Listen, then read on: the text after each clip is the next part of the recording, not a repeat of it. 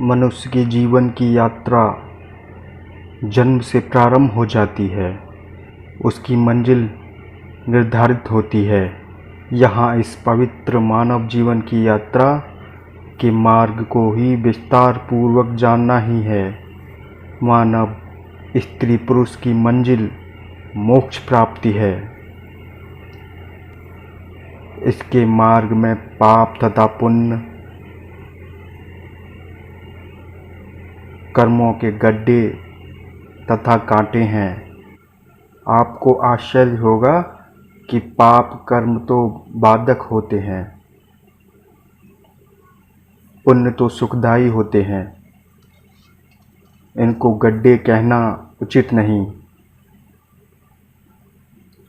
पाप रूपी गड्ढे व कांटे मानव जीवन परमात्मा की शास्त्र विधि अनुसार साधना करके मोक्ष प्राप्त करने के लिए प्राप्त होता है।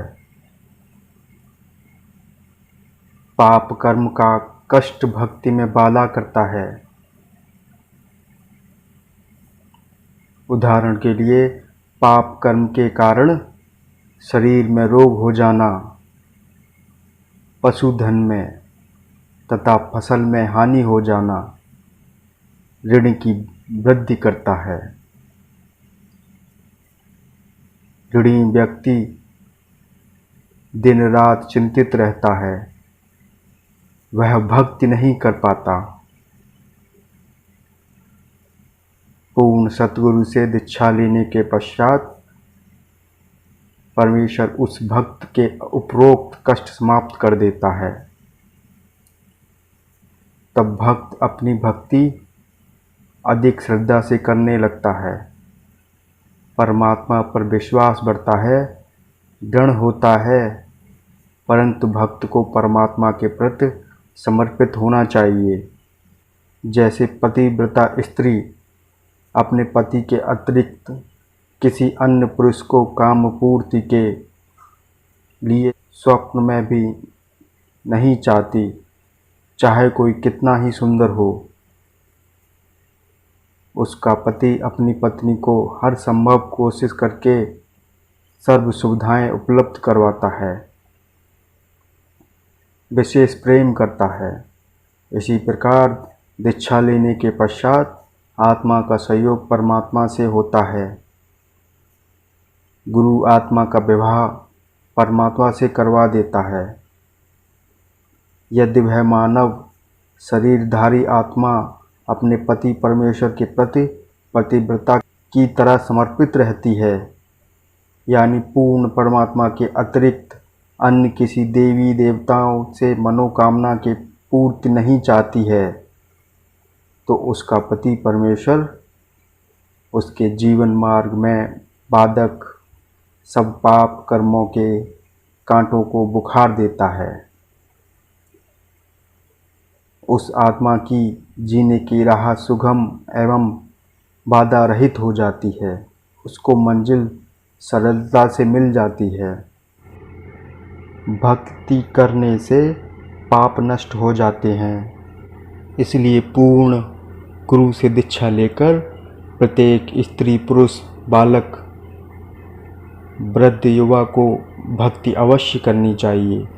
पूर्व जन्म के पुण्यों के कारण घर में धन होता है, सर्व सुविधाएं होती हैं। किसी को राजपद प्राप्त होता है। जो भक्त में बाधक होता है वह सुख उसको परमात्मा से कोसों दूर कर देता है। ऐसा सुख भी जीने की राह में रोड़ा है। परमात्मा प्राप्ति की मंजिल को दूर कर देता है। यह मानव जन्म बहुत कठिनता से युगों प्रयत्न प्राप्त होता है। यह बार बार नहीं मिलता। इस शरीर के रहते रहते शुभ कर्म तथा परमात्मा की भक्ति करें, अन्यथा यह शरीर समाप्त हो गया तो आप पुनः इसी स्थिति यानी मानव शरीर को प्राप्त नहीं कर पाओगे। जैसे वृक्ष से पत्ता टूटने के पश्चात उसी डाल पर पुनः नहीं लगता। इसलिए इस मानव शरीर के अवसर को व्यर्थ न गंवाएं। मानव जीवन में यदि भक्ति नहीं करता तो वह जीवन ऐसा है जैसे सुंदर कुआं बना रखा है। यदि उसमें जल नहीं है या जल है तो खारा है, उसका भी नाम भले ही कुआं है, परंतु गुण कुएं वाले नहीं हैं। इसी प्रकार मनुष्य भक्ति नहीं करता तो उसको भी मानव कहते हैं, परंतु मनुष्य वाले गुण नहीं हैं। पूर्व जन्मों में किए शुभ अशुभ कर्मों तथा भक्ति के कारण कोई स्वस्थ है, वह अचानक रोगी हो जाता है और लाखों रुपए उपचार पर खर्च करके मृत्यु को प्राप्त हो जाता है। कोई जन्म से रोगी होता है, आजीवन कष्ट भोग कर मर जाता है। कोई निर्धन होता है, कोई धनवान ही जन्मता है। किसी के लड़के लड़की होते हैं तो किसी को संतान प्राप्ति ही नहीं होती।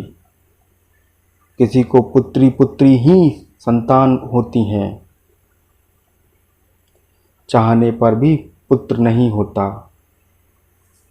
यह सब पूर्व जन्मों के कर्मों का फल मानव भोगता है।